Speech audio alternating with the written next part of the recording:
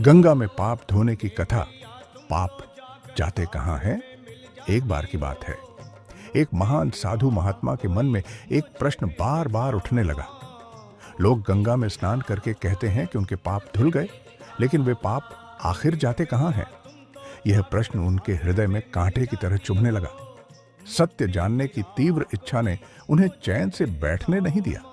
कठोर तपस्या साधु गंगा तट पर पहुंचे और वहीं कठोर तपस्या में लीन हो गए। दिन रात ओम नमः शिवाय का जाप करते हुए उन्होंने भगवान शिव को प्रसन्न किया। तपस्या से प्रसन्न होकर भगवान शिव प्रकट हुए।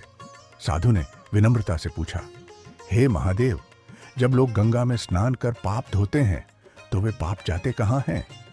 माता गंगा का उत्तर भगवान शिव के संकेत से माता गंगा प्रकट हुई।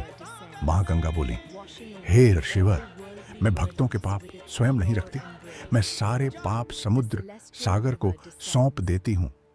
सागर का रहस्य। अब साधु सीधे सागर के पास पहुंचे। उन्होंने वही प्रश्न सागर से भी पूछा। सागर गंभीर स्वर में बोला, मैं भी पाप अपने पास नहीं रखता, मैं उन्हें भाप बनाकर बादलों को सौंप देता हूं। बादल और वर्षा का सत्य साधु अब समझने लगे थे। वे आकाश की ओर देखने लगे।